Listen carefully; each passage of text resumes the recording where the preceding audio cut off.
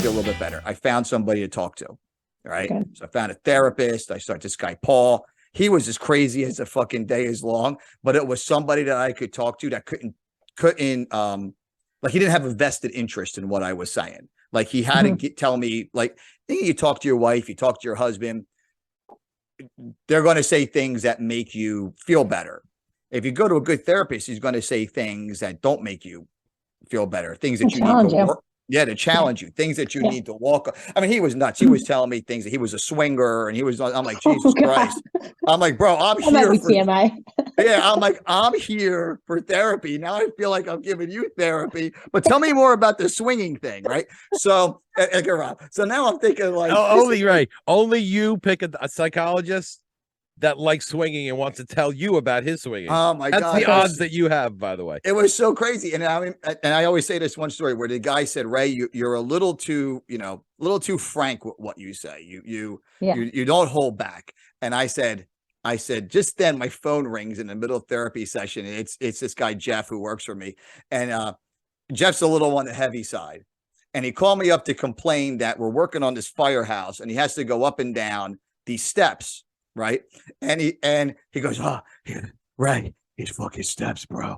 I got 3 sets of steps. And I'm like, well, if you weren't such a fat fuck, I said, you'd be able to go up and down the steps. Right. I was like, lose some weight and call me back. I hang up the phone. And the therapist goes, that's your problem. I said, I feel great. And I said, and I might have just saved Jeff's life. Right. But in all seriousness, so I needed those things. So now I go to the gym, and Rob makes fun of me. I go to the gym. I want to say 6 days a week. I don't go on Monday. One day I take a yoga class at the gym, and then the other 5 days I lift. And then I try to do things certain mornings a week. But that changed my whole outlook. So I went from 135 pounds, 136 pounds to 166 pounds. That's what I weighed this morning. Super stronger, really, really feeling good about myself. Yeah. And the difference that it makes, if everybody did that, or if some people did that, my older son goes to the gym every day. Both my girls go to the gym. My younger boy goes to the gym, some more than others. Autumn's there every day. I'm there, whatever. But it makes such a difference. And you find yourself, like you said, in this rhythm. Yeah. You know what I mean? Yeah. Like, this is like when I get off here with you, I'm going to go home. I'm going to eat a snack, and then I'm going to go to Robert Wood Johnson, and I'm going to work out. And I have to do this shitty, crazy leg. I have this athletic workout that I'm going to tell you about that I do 20 minutes of legs, 20 minutes on the bike, and like 20 minutes of rowing. Yeah. And that's like awesome. my leg day, because I hate legs and I just can't see myself like doing an hour's worth of legs.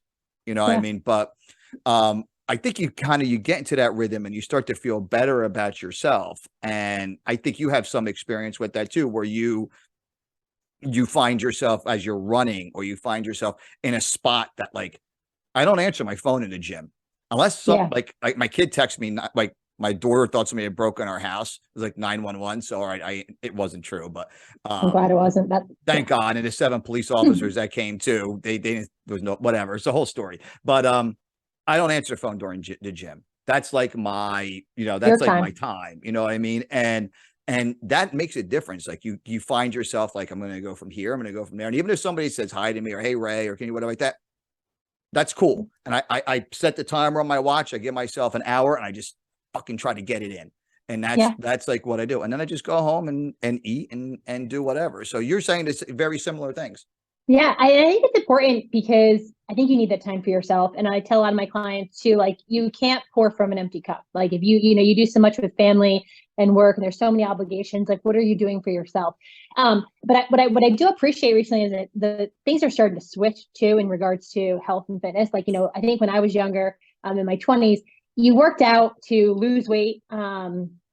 And it was just a thing for like aesthetics. Like, everybody wanted to be skinny. Everybody wanted to have a certain body type or look. Now I think people are actually working out to be healthy, to live longer, to be better. And it's, they're noticing now that it's better, like, mentally, physically, emotionally, as you were mentioning, like, it's good for yourself. Like, you need that. You need those rush of endorphins. It produces a lot of different, chemicals in the brain, and helps you feel better. And, and it's just, it's good. And there's so many good things about it. And I hope that most people get to experience that. But a lot of people are a little intimidated by that. But there's so many different ways to work out. And it's always about like finding what's right for you. Like if running isn't right for you, Rob, it's about finding something else that does work, that you do enjoy, that you can take the time to do. And I think that's running works with the critical. medals. Medals are all I need, like a child.